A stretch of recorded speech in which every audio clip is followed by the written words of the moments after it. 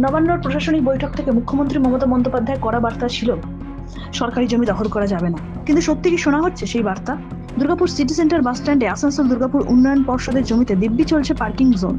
10 ও 20 টাকার সাদা ও হলুদ রঙের কুপন ছাপিয়ে চলছে এই ব্যবসা। যখন মুখ্যমন্ত্রী মমতা বন্দ্যোপাধ্যায় কেন্দ্রীয় বঞ্চনার প্রতিবাদ করে রাজ্যের কোষাগারকে শক্তপোক্ত করতে চাইছেন যাতে করে সরকার নানা প্রকল্পগুলির সুবিধা দিতে পারে সাধারণ মানুষকে, তখন কিভাবে শহরের প্রাণকেন্দ্র সিটি সেন্টার বাস স্ট্যান্ডে সরকারি জমিতে দিনে দুপুরে বুক ফুলিয়ে কুপন ছাপিয়ে চলছে পার্কিং জোন? আসানসোল দুর্গাপুর উন্নয়ন পর্ষদ চেয়ারম্যান কবি দত্ত সাফ জানিয়ে দিলেন পর্ষদের অনুমতি নেই, আইন মাফিক ব্যবস্থা নেওয়া হবে। মাস কয়েক আগে দুর্গাপুরের সিটি সেন্টার ছাড়াও বিভিন্ন জায়গায় আসানসোল দুর্গাপুর উন্নয়ন পর্ষদের পার্কিং লিজের মেয়াদ পেরিয়ে যাওয়ার পরও দিব্যি সেই পার্কিং জোন চলছিল কুপন ছাপিয়ে। খবর সামনে আসতে আসানসোল দুর্গাপুর উন্নয়ন পর্ষদ আইনি ব্যবস্থা নেয় ও ওই পার্কিং জোনগুলিকে ফ্রি পার্কিং করে দেওয়া হয়। এই ঘটনার রেশ কাটতে না কাটতেই ফের বিতর্কে সেই পার্কিং জোন। আপনি সিটি সেন্টার নিয়ে প্রশ্ন করলেন বলে সিটি সেন্টার নিয়েই বলছি। পুরো সিটি সেন্টারের সব রাস্তায় 4 লেনিং হয়ে যাচ্ছে, তাতে সাফিসিয়েন্ট লাইট থাকবে, ডেকোরেশন ডিফারেন্ট স্কাল্পচার, ফাউন্টেন থাকবে, তার মধ্যে তো আজে বাজে পার্কিং করতে দেওয়া যাবে না, অ্যাডমিনিস্ট্রেশন উইল নট অ্যালাউ। কিন্তু আমরা তার প্রসেসে চালু করে দিয়েছি। দেখুন, সব কিছুরই তো একটা কাজ হচ্ছে, তো ওয়ান আফটার আনাদার সব তো একদিনে একসঙ্গে হয়ে যাবে না, একটু সময় দিন। পার্কিংয়ের সমস্যাটা আমরা খুব বেশি হলে আমাদের 2 মাস লাগবে, আমরা আশা করি সলভ করে ফেলতে পারবো। দুর্গাপুরের যেটা সিটি সেন্টার বাস স্ট্যান্ডে ওখানে পার্কিং 2 জায়গায় দেখা যাচ্ছে, তাহলে কি ওই যে যারা পার্কিং করছে তারা কি অবৈধ?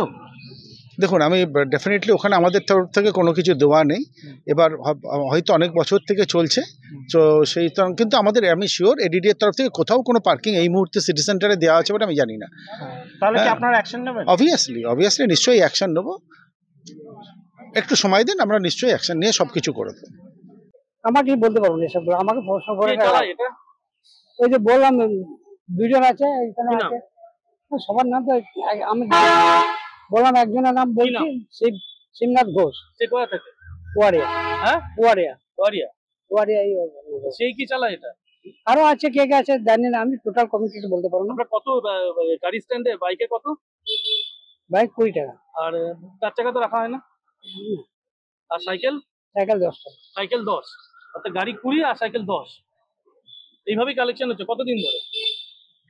আমি বললাম না আপনাকে, আমি 10-15 দিন এর কাজ করছি, এবার কতদিন ধরে হচ্ছে সেটা বলতে পারবো। দুর্গাপুর থেকে হরি ঘোষের রিপোর্ট, এএনএম নিউজ। আরও খবরের আপডেট পেতে সাবস্ক্রাইব করুন আমাদের ইউটিউব চ্যানেলটি আর বেল আইকনে ক্লিক করুন নোটিফিকেশনস পেতে।